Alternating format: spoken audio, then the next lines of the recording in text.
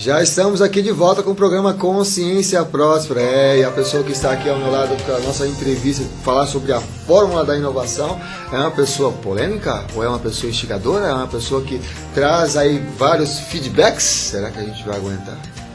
É o Luciano Pires, que está aqui ao vivo no programa Consciência Próspera. Seja bem-vindo, Luciano. Bom, obrigado pelo convite, viu? Foi ótimo. E pela chance de assistir o Tom, ele foi muito bom. Não é? É bem legal, é instigante também, né? Muito bom mesmo. E o tema é isso, a forma da inovação. Mas antes ainda vamos conhecer um pouquinho mais o Luciano. Quem é o Luciano, né? Porque ele também é um cartunista aí premiado, tem diversos livros publicados, entre eles o mais recente, Nós que Invertemos as Coisas. Está aqui o título bastante instigador, né? O que trata esse livro? Esse livro fala de um país que inverteu os valores, né? Um país que, de repente, a gente descobre que ele está ao contrário. Alguém acha uma carteira de dinheiro na rua, devolve a carteira e vai parar na televisão como um herói, como se ele tivesse feito alguma coisa excepcional, né? O que era errado até um tempo atrás, hoje em dia é normal, né? E a gente acaba aceitando uma série de coisas que há pouco tempo atrás a gente ia para a rua, arrebentar o meio de campo. Hoje não, hoje está tudo tranquilo, vamos aceitando, e a gente inverteu valores, e isso traz um problema terrível. De certa forma explica essa pasmaceira que o Brasil está vivendo, essa inversão de valores. Entendi. Nesse conceito, nessa visão de Brasil, como é que você entende esse processo de inovação? Como é que você entende a inovação? Então, a inovação, eu cheguei até ela porque todo mundo discute, né? Esse tema é muito discutido. E quando eu fiz uma série de mudanças na vida também. Eu fui fazer a minha viagem lá para o Monte Everest, voltei, escrevi o livro Brasileiros Pocotó, reflexões sobre a mediocridade que assola o Brasil, onde eu combatia, ou eu lançava um repto, né? Se você acha que o Brasil está ficando burro, resista. Mas de que forma, né? E a gente naturalmente chegou lá, eu não posso continuar fazendo as coisas do jeito que eu sempre fiz, eu tenho que mudar. E mudar significa inovar. E aí eu estava nessa época no ambiente corporativo, como diretor numa grande indústria de autopeças, e ali se falava de inovação de manhã, de tarde e de noite. Sim. E eu olhando para aquilo, eu falei, cara, isso aqui é uma tremenda hipocrisia, né? Porque eu estava dentro de um ambiente que é um ambiente de uma fábrica, que é aquele um ambiente totalmente controlado, onde eu preciso de resultado no final do mês, tem alguém mandando eu fazer alguma coisa, eu tenho metas a cumprir, e esse ambiente que pode ser uma indústria, pode ser um escritório de advocacia, pode ser um escritório de design, não importa, pode ser uma TV, web, se você administra ela assim, você está administrando uma fábrica, né? E a única coisa que a fábrica precisa é não tomar sustos. Então, cara, eu preciso botar a coisa no trilho, tem que seguir desse jeitinho, existe um processo, não saia fora do processo porque o auditor da ISO te pega, entendeu? Mas aproveita que você está no embalo e inova. Como é que eu posso falar de inovação num ambiente que é travado em cima dessa coisa de eu não quero novidade, né? Então essa grande hipocrisia foi para cima dela que eu fui quando eu fui tratar de inovação. Essa fórmula de inovação é o título de uma palestra, onde eu trato exatamente disso. Eu falo aqui, eu vou discutir inovação. Não me interessa inovação de produto, não me interessa inovação de processo, porque isso o dinheiro compra, cara. Isso cabe numa planilha Excel. Me interessa a inovação que você não consegue botar na planilha. A inovação de coisa que não dá para comprar. E eu fui acabar automaticamente em tratar de atitudes, falando daquilo tudo que o Tommy falou agora há pouco, né? E discutindo essas questões que você não consegue entender porque não dá para botar numa planilha. Sim. E quando você entra no ambiente profissional hoje em dia, o pessoal quer botar na planilha. Ele tenta traduzir a vida da gente para um número.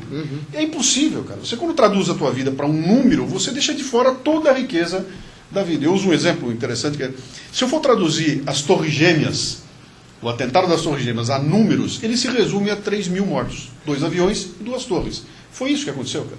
Qual é o impacto que a humanidade sofreu daquilo que não dá para medir em números, né? Então, quando você traduz para uma planilha, você automaticamente está reduzindo. E a minha discussão da inovação é essa. Como é que eu vou discutir coisas que você não põe na planilha? E nessas questões todas, você tem um programa que é o Café Brasil, e lá você debate vários outros temas sobre política, sobre desenvolvimento também dessa nova mentalidade e tudo mais.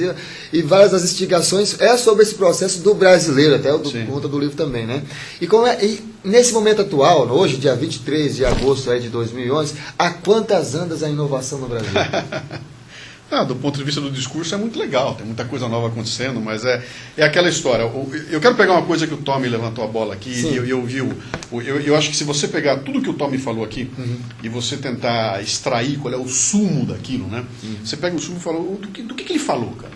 Ele o tempo todo ele falou o seguinte, para refletir,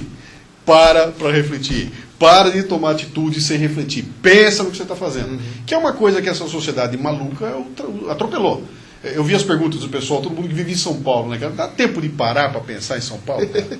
Vem cá, 20 anos atrás eu tinha que mandar um e-mail para alguém. Não tinha e-mail, eu tinha que escrever um memorando. No exercício de escrever, de corrigir, de mandar pelo correio, eu podia até me arrepender. Eu refletia a respeito. Hoje não, cara, é um e-mail, eu respondo em 30 segundos, falo uma besteira e que vai com cópia para todo mundo. Né? E eu sou exigido a tomar essas decisões cada vez mais rápidas. Meu cérebro não foi feito para isso, cara. Eu não tenho como responder assim. Né? Então, esse lance que o Tom colocou aqui, para refletir, é o grande lance. E ele usou um exemplo que eu uso no meu livro, na palestra. Eu, durante muito tempo, 8 anos, eu morei em Aldeia da Serra e trabalhei em Interlagos. Quem mora em São Paulo sabe o absurdo que é isso. Né? São 3 horas por dia no trânsito. Né? Isso me incomodou durante muito tempo. Até um dia que eu parei para pensar e falei, cara, o que eu faço nessas 3 horas? Eu não estou conversando com ninguém, eu estava refletindo. Sim. Então, grandes lances, grandes ideias e grandes decisões eu tomei dentro do carro, parado no trânsito em São Paulo. Porque eu estava naquele momento refletindo a respeito do que eu ia fazer. Quando eu chegava no trabalho, eu tinha 1 milhão de ideias que estavam acontecendo. Então, de certa forma, aquilo me serviu como um momento que eu podia trabalhar e aquilo trouxe muito de inovação para mim, né?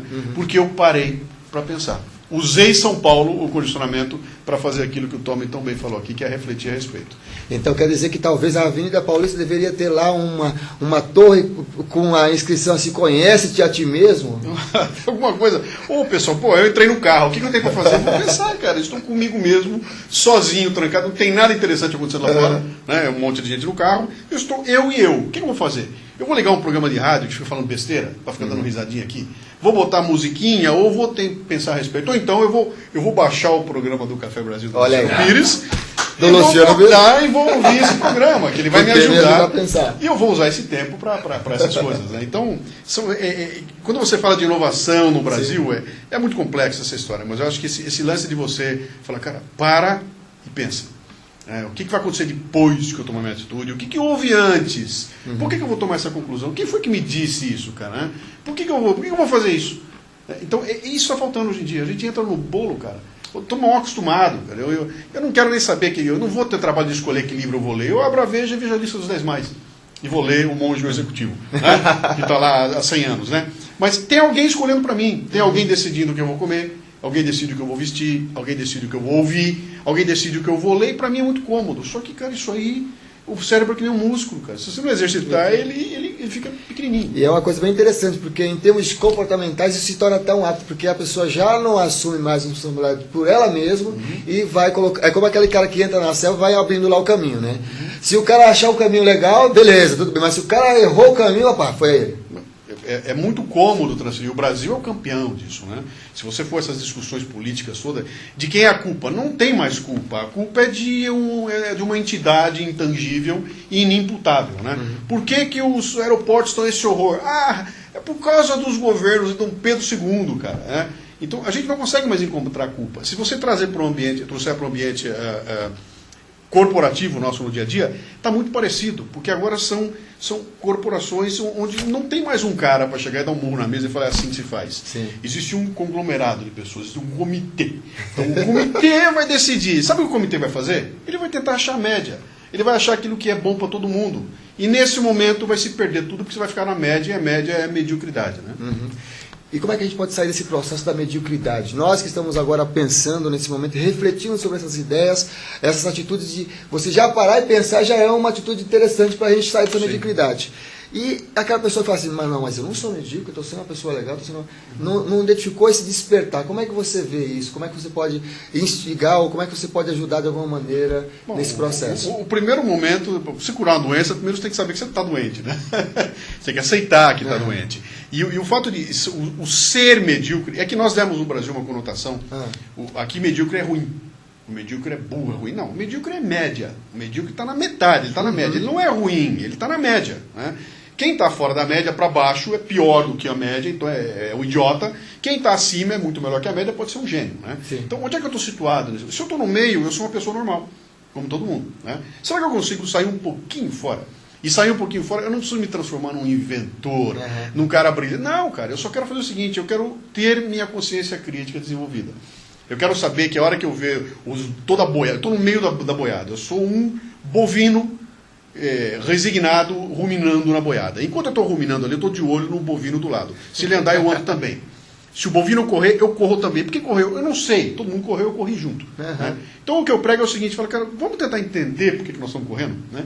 Por que o boi andou e eu tenho que andar também? Né? Por que falaram isso, eu tenho que ouvir e acreditar? Quem foi que me deu essa informação? Por que eu tenho por que eu sou obrigado a consumir tal coisa? Né? E é bem interessante nessa sua fala, porque ela casa até com o que o Tommy estava falando, que é a pessoa procurar desenvolver os seus talentos, sim, né? Buscar claro. Esse desenvolvimento para colocar em tem a sua opinião própria, ser você mesmo. Né? Quando eu consigo isso, eu deixo de ser instrumento de massa de manobra. Eu deixo de ser o inocente último, entendeu? Só que para isso, cara, tem que ter um esforço gigantesco. E começa com aquela história, cara, você tem que ler, tem que ler, tem que ler, tem que ler, tem que ler. E aí a turma falando, mas eu não leio o livro porque é caro. Pô, entra na estante virtual, com R$20 na mão, você muda a tua vida, entendeu? A questão toda é que escolhas você faz. E aí a gente chega num momento interessante, onde eu bato muito nesse meu trabalho, hoje em dia, que é o seguinte, a coisa mais importante nessa sociedade da informação maluca que nós estamos vivendo hoje em dia é você ter a capacidade de desenvolver filtros. Eu tenho filtros. E esses filtros me ajudam a receber esse calhamaço de informação brutal e começar a escolher no meio dela coisas que me interessam. Né? Aquele exercício que o Tommy falou, olha as tuas últimas 2 semanas, cara. Pensa divida as tuas atitudes. O que eu faço, cara? Quais são os processos que eu faço? Eu vou descobrir rapidamente que o processo que eu mais faço na minha vida é repetir hoje o que eu fiz ontem. Eu vou para o mesmo lugar, eu como igual, falo com o mesmo cara, é tudo igual, eu faço a repetição. Essa repetição está me dando o quê? Está sendo boa para mim? Eu estou curtindo fazer isso aqui ou estou fazendo a contragosto? Né? Está me trazendo alguma coisa? Essa atitude que eu vou tomar aqui agora, o que vai acontecer lá na frente? Ela é boa ou é ruim para mim?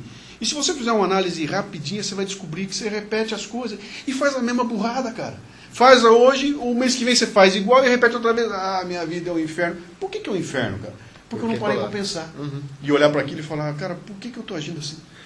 Será que eu posso ser diferente? Pois pode.